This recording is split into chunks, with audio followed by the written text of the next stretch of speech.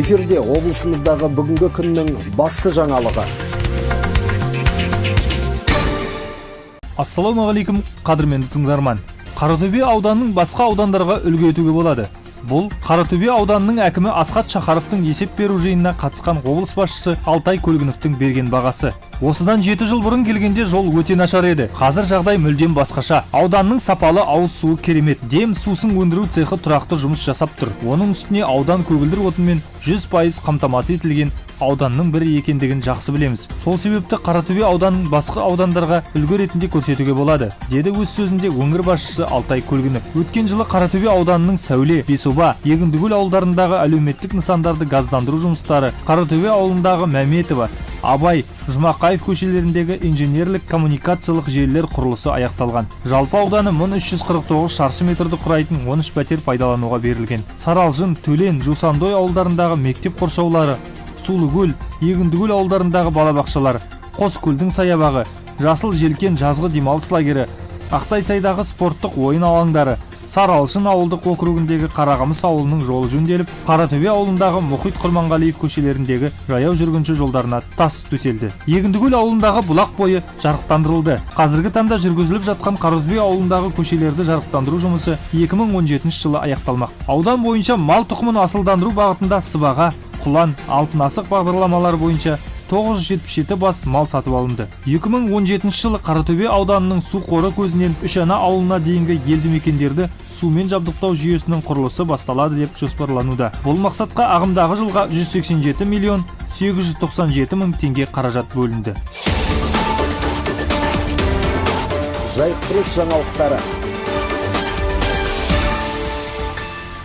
Қазақстан Республикасы парламенті мәжілісінің депутаты Кеңес Әбсәтіров, ТДК 42 телеарнасының директоры Табылғали Сапаров, Батыс Қазақстан облысының кәсіпкерлік және индустриалдық инновациялық даму басқармасы басшысының орынбасары Бағдаулет Ибраимовтер Жәнібектік тұрғындармен кездесті. Кеңес Әбсәтіров елбасының жолдауынан туындайтын міндеттерге тоқталып, құжатта айтылған 5 басымдықтардың бағыттарын баяндады. Ол өз сөзінде жолдауда айтылған сандық технология, бизнестік ортаны кеңейту, аграрлық өндірістік кешенді дамыту, жемқорлыққа қарсы күрес, тағы басқа өзекті мәселелерді кеңінен айтып өтті. Өз кезегінде ТДК 42 телеарнасының директоры Табылғали Сапаров елде ауыл шаруашылық өндірістік кооперативтердің құрудың маңыздылығын, оның мақсаты күш біріктіру, кәсіпкерлердің басын қосып тауарларды мемлекет арқылы шетелге шығарып сату қажеттігін, онсыз дамудың мүмкін еместігін айтып, бұдан әрі білім, денсаулық салаларына алда енетін тіл және медициналық сақтандырудағы кейбір өзекті мәселелерді тіліне тиек қылды. Аудан активінің жиналысында жарыс сөзге қатысқан тұрғындар жерді пайдалану тиімділігін арттыру, суару, суландыру жүйесін жөндеп қалпына келтіру,